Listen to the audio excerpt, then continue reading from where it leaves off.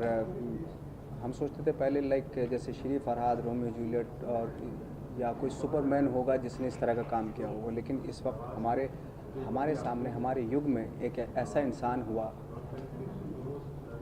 I think अगर आज से काफ़ी सालों के बाद शायद इस बात पे यकीन नहीं किया जाएगा कभी भी कि एक इंसान पूरा पहाड़ को शिफ्ट करके वहाँ पे रास्ता बना सकता है अपने प्यार के लिए, लेकिन ये हुआ। और मुझे लगता है कि एक ही इंस्पायर करने वाली स्टोरी है, एक ऐसे आइकन की स्टोरी है जिससे आई थिंक हमारा यूथ आज की डेट में इंस्पायर हो रहा है। लोग जान रहे हैं दशरथ मांझी को कि वो किस तरह की इंसान थे।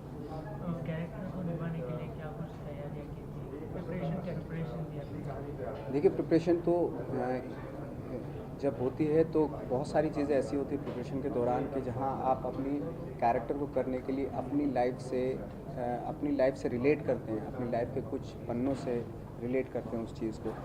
तो मुझे भी एक चीज़ का पैशन था कि एक्टिंग का पैशन था, पागलपन था।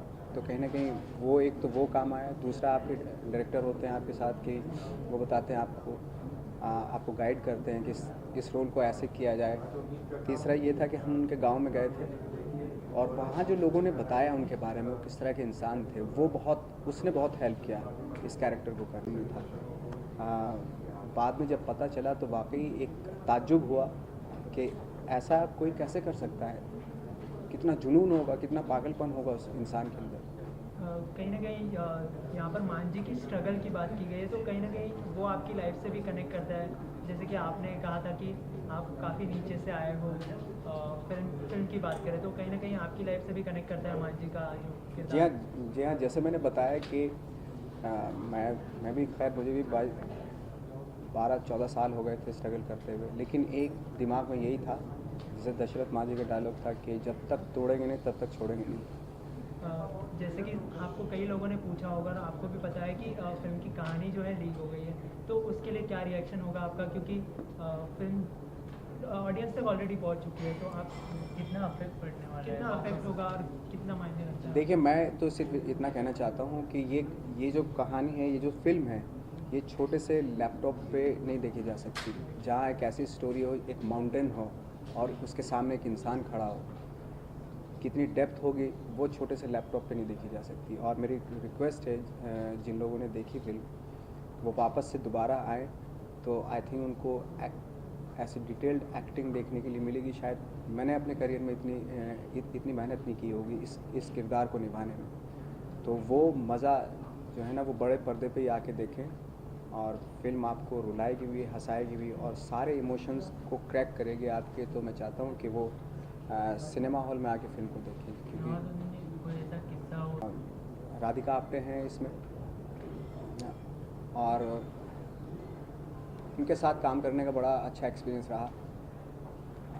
जैसे सर ने उनको कास्ट किया, इस बेस पे किया था कि एक ऐसा फेस होना चाहिए जो अर्बन भी लगे, अर्दी और रॉनेस भी होनी चाहिए, लेकिन इतना सेंसस भी हो कि उसको देख के पहाड़ तोड़ा जा सके, ऐसा फेस होना चाहिए। तो जब कास्टिंग की उसकी, जब मैं पहाड़ तोड़ रहा होता था, मेरी शूटिंग चल रही होती थी, तो तब मैं सर को बोलता था मैंने राधिका को भी बुला लो। तो सर ने कहा कि भाई उसका तो शूट नहीं है आज। मैंने कहा ऐसे ही बुला लो, उसको देख के पहाड़ तोड़ना बड़ा अच्छा लगता है। तो उस तरह का फेस है। तो उनके साथ काफ़ी इंसिडेंट होते थे, काफ़ी अच्छा रहा क्योंकि बहुत पैशनेट लव स्टोरी है। आप जब देखेंगे तो बहुत ही इंटरेस्टिंग और अलग तरह की लव स्टोरी है इसमें।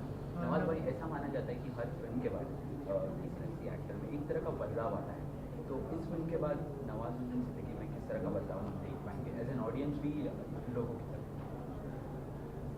एज एन ऑडियंस मतलब बदलाव आई थिंक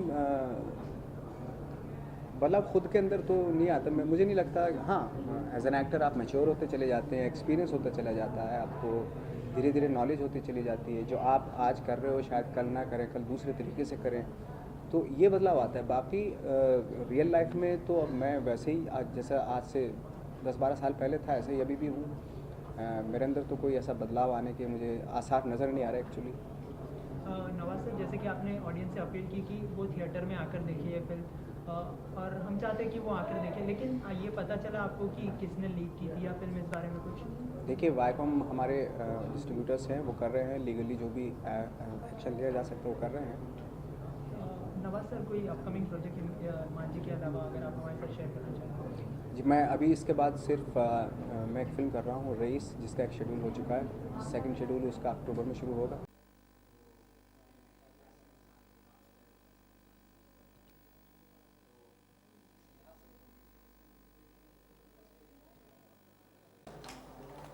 पहले कहानी से लिख करके स्क्रिप्ट लिखता हूँ, उसके बाद तय करता हूँ कि कौन कलाकार उसमें उसके लिए सही रहेंगे।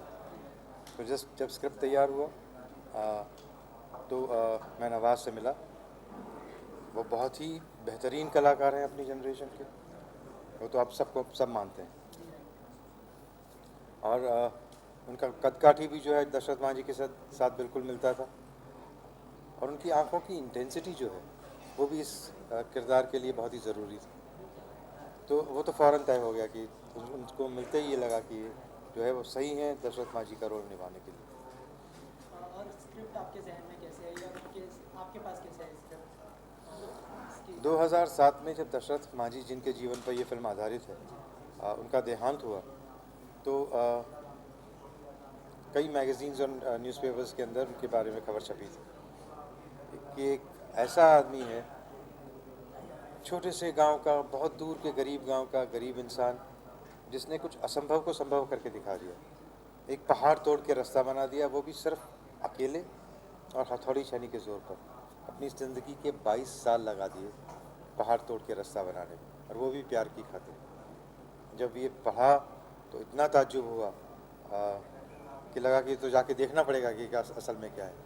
और जब मैं उनके गांव गहलोर गया बिहार में, और उस पथरीले पहाड़ को देखा और उसमें उसको काट के जो रास्ता बनाया है वो देखा, तो पहले तो यकीन ही नहीं हुआ कि कोई आदमी ये सोच भी सकता है इसको करने के लिए। करने की बात तो अलग है, और तब लगा कि ये तो इतनी इंस्पायरिंग कहानी है, इस पे फिल्म बननी ही चाहिए और इसको जितने लोगों तक पहुंचाया जा सके पहुंचाना चाहिए।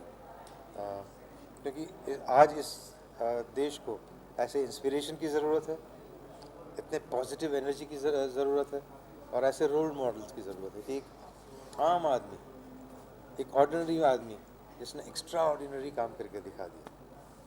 फिल्म जो है काफ़ी बड़ी थी और शूट करने में भी काफ़ी समय लगा होगा। सर आपका ऐसा कोई मूवमेंट जो आपको बहुत पसंद हो फिल्म में से, ऐसा कोई सीन? सारी फिल्म उसी जुनून के साथ बनी है, चाहे वो कलाकार हों या टेक्नीशियन हों, सब ने अपनी जान लगाई है इस फिल्म के अंदर।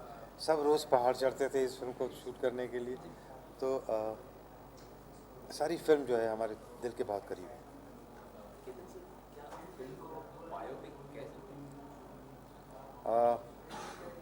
हाँ, मतलब एक आदमी के जीवन पर आधारित ये फिल्म ज़रूर है, पर सिर्फ एक आदमी के जीवन पर आधारित नहीं। ये कहानी है एक ऐसे आदमी की जिसने असंभव को संभव करके दिखाया, और ये कहीं ना कहीं कहानी है आज़ादी के बाद के भारत की भी, जो और ये दोनों की जुगलबंदी जो है वो पूरी स्क्रिप्ट।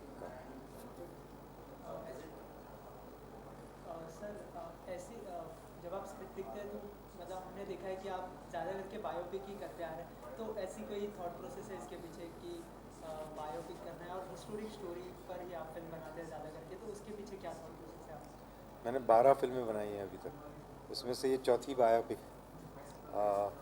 तो ऐसा नहीं है कि मैं सिर्फ बायोपिक बनाता हूँ, पर पिछली 3 फिल्में बायोपिक रही हैं। पर क्योंकि ये कई बार लगता है कि fact is stranger then fiction. हकीकत जो है वो किसी कहानी किस्से से भी अजीब होती है। अगर मुझे कोई आके कहता है कि मैं एक स्क्रिप्ट लेके आया हूँ जी, फिक्शनल स्टोरी है, कहानी है मेरे इमेजिनेशन से, कि एक आदमी ऐसा है जिसने प्यार में 22 साल लगा के अपनी पहाड़ तोड़ दिया, तो मैं कहता कोई यकीन नहीं करेगा भाई, ऑडियंस जो है वो हंस के आपको भगा देगी। पर जब लगता है कि ये तो हकीकत है, ऐसा सचमुच हुआ है, तो झटका लगता है कि हम भी ये कर सकते हैं। कि हम सब में कहीं ना कहीं एक दशरथ मांझी है जो इम्पॉसिबल को पॉसिबल बना सकता है। उसके लिए चाहिए क्या? अपने आप पे भरोसा चाहिए, और कुछ कर गुजरने का जज्बा चाहिए, हिम्मत चाहिए ज़रा सी, और कमिटमेंट चाहिए। जैसे कि हमने अभी नवाज से भी पूछा था कि फिल्म जो है लीक हो गई ऑडियंस के बीच में, हम तो बस ये मानते हैं कि हमने बड़े जुनून के साथ ये फिल्म बनाई है, और अब ये ऑडियंस तक पहुंचनी चाहिए। ये फिल्म ऐसी एक पहाड़ के सामने एक आदमी की कहानी है। एक इतना बड़ा स्केल है इस फिल्म का, उसको अगर आप अपनी गोद में लैपटॉप पे देखना चाहते हैं तो मैं क्या कह सकता हूँ, फिल्म का सिनेमा का एक्सपीरियंस जो है वो बड़े स्क्रीन पे बहुत ही अच्छा रहेगा। अच्छा, इंडिपेंडेंस डे आने वाला है, तो आपके लिए फ्रीडम क्या है? फ्रीडम को आप कैसे डिफाइन करते हैं? फ्रीडम के कई पहलू होते हैं। हम लोगों ने 1947 में राजनीतिक आज़ादी पाई, 1992 के अंदर कहते हैं कि आर्थिक आज़ादी मिली हमने पाई, तो अब लगता है कि कहीं ना कहीं दिलो दिमाग की आज़ादी की ज़रूरत है। हमें अपने पुराने सारे ख्याल छोड़ के अपने आप को री इन्वेंट करना है। So it is time to liberate our minds.